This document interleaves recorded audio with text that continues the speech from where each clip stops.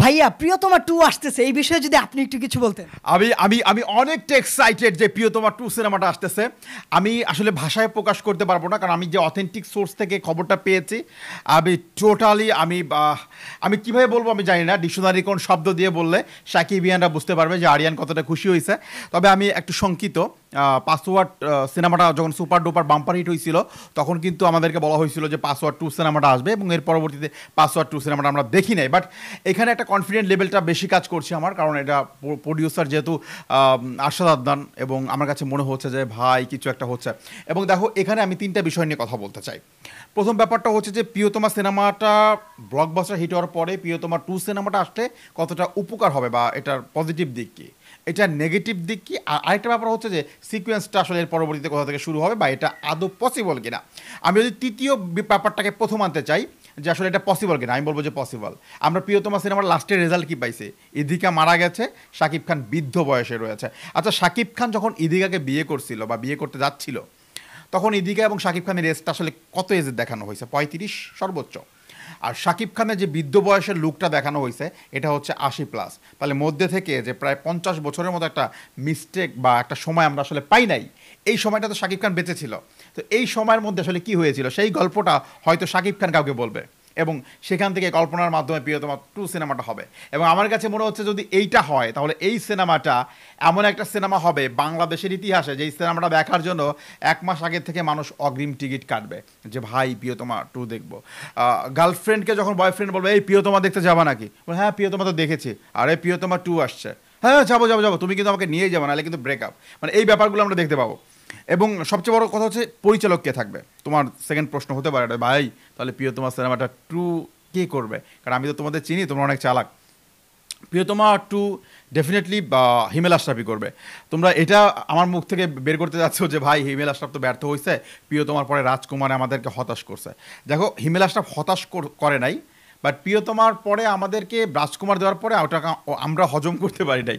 কারণ আমরা চেয়েছিলাম হয়তো হিমেল আশরাফ আবারও তোমার প্রিয়তমার মতো কিছু একটা দিবে, কিন্তু একটা দিন শেষে ভুলে গেলে চলবে না। দেখো, MS ধোনি প্রত্যেকটা ম্যাচেই যে একদম সুন্দর ফিনিশিং দিয়েছে ব্যাপারটা তা না।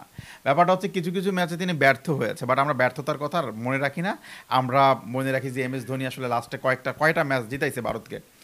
প্রশ্নটা হচ্ছে হিমেল আশরাফের ক্ষেত্রে যদি তুমি ওইটা দেখো যে না ভাই প্রিয়তমা ভালো কাজ করছে, রাজকুমার অ্যাভারেজ ভালো কাজ করছে, এটা কিন্তু ফ্লপ যায় নাই, বাট ব্লকবাস্টার হয় নাই। তো সেই ক্ষেত্রে প্রিয়তমা 2 সিনেমাটা হিমেল আশরাফ যেভাবে যত্ন নিয়ে করতে পারবে, হিমেল আশরাফ যেভাবে আসলে প্রিয়তমা 2 সিনেমাটার জন্য নিজেকে যোগ্য মনে করবে, আমার কাছে মনে হচ্ছে বাংলাদেশে ঠিক এই মুহূর্তে প্রিয়তমার জন্য হিমেল আশরাফ ছাড়া আসলে ওইভাবে অতটা যত্ন নিয়ে কাজ করার মতো পরিচালক নাই। তোমার সেকেন্ড প্রশ্ন আসতে পারে যে ভাইয়া শুনতেছি আরও একটা সিনেমা শাকিব খান কাজ করবে, এবং সেটার পরিচালক হচ্ছে কে? সাইব চন্দ্র, রাইট। এই যে বলে দিছ, এই যে তো সাইব চন্দ্র আসলে কতটা আপনি তাকে নিয়ে মানে এক্সাইটেড? আমি বলবো বিন্দুমাত্র এক্সাইটেড না, কারণ সাইব চন্দ্রের আগে এমন কোনো কাজ হয় না যে কাজগুলো সাকিবিয়ানদের খুব পছন্দ হয়েছে, বা শাকিব খানকে নিয়ে সাইব চন্দ্র এখন আহামরি কিছু একটা বানায় ফেলবে। দেখো, শাকিব খান কিন্তু নবাগত কোনো স্টার না, শাকিব খান কোনো রাইজিং স্টার না, শাকিব খান কোনো রকিং স্টার না যে তুমি তাকে নিয়ে এক্সপেরিমেন্ট করবা। শাকিব খান হচ্ছে অ্যাজ একটা গবেষণার জায়গা।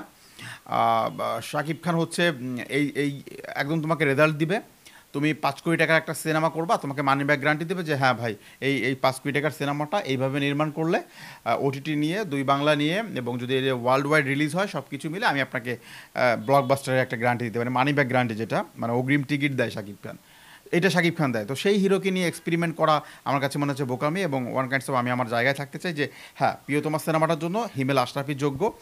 এবং আরশাদ আদনান যেহেতু একটা হিংস দিয়েছেন, এবং গোপন যে অথেন্টিক সোর্স আমার কাছে এসছে, এবং সেখানে বলা হয়েছে যে হ্যাঁ ভাই প্রিয়তমা 2 সিনেমাটা আসতেছে, এবং সেটা নিয়ে কিন্তু ইতিমধ্যে কিন্তু অনেক মিটিংও হয়েছে, কথাবার্তা হচ্ছে, এবং প্রযোজনা সংস্থা এটা নিয়ে ইতিবাচক যে হ্যাঁ আমরা প্রিয়তমা 2 কেন বানাবো না, আমরা বানাবো। এবং আরশাদ আদনান কিন্তু এক কথার মানুষ, তিনি যদি একবার সিদ্ধান্ত নিয়েই নিয়েছেন যে প্রিয়তমা 2 তিনি বানাবেন, তো প্রিয়তমা 2 হবে। এবং আমার কাছে মনে হচ্ছে ওই যে 80 বছর আর 35 বছরের মধ্যে যে একটা সময় গ্যাপ গেছে, এবং এই গ্যাপের মধ্যে কিছু একটা ঘটছে।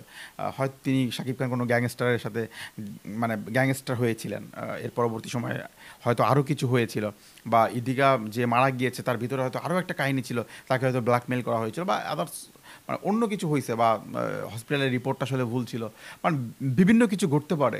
সো সেই ব্যাপারে হয়তো হসপিটালের ওই যে মাফিয়া গ্যাংটা রয়েছে, সেই মাফিয়া গ্যাংয়ের সাথে হয়তো সাকিবের লড়াই হয়েছে প্রিয়তমা টু সিনেমাটা যদি আরও ভাইব তুলতে চায়, মানে অনেক কিছু হতে পারে। পুষ্পা যখন হিট হয়েছে, পুষ্পা টু আসবে এটা কি কেউ বুঝতে পারছে? ওটা তো অনেকটাই লাস্ট মোমেন্টে নিয়ে গেছে। হিটের পরে ওরা দিল যে ওয়াই নট আমরা পুষ্পা টু করবো, এবং পুষ্পা টুর সিকোয়েন্স কিন্তু যে না ভাই আল্লু অর্জুন এখনো বেঁচে আছে, অনেকে বলছিল যে পুষ্পা মারা গেছে, তো কোথা থেকে নিয়ে আসছে? তো ওরা যদি পারে ওয়াই নট আমরা পারবো।